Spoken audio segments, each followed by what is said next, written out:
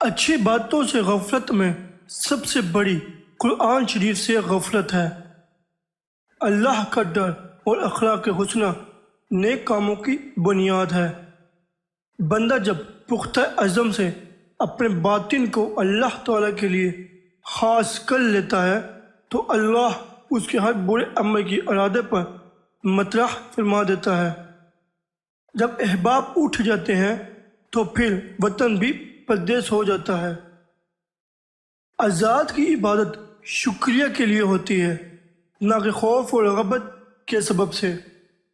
وہ شخص تمہارا یار کیسے ہو سکتا ہے جس کی تھیلی کھول کر تم بھی قدر ضرورت لے کر اپنی ضروریات پوری کر لو تو اس کی پیشانی پر بل پڑ جائیں۔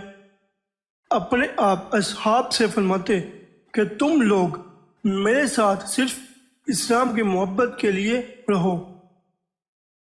دنیا میں زہد کر، کسی سے لالچ نہ کر، ہر آدمی کو محتاج یقین کر، سب سے بے نیاز ہو جا، انشاءاللہ بادشاہ بن جائے گا۔ اس کا حال کیسا ہوگا جس کی عمر گھٹ رہی ہو اور گناہ بڑھ رہے ہوں۔ میں نے جس چیز کو دیکھا اللہ تعالیٰ ہی کو جانے و خالق اور پروردگار اور قادر مطلق پایا۔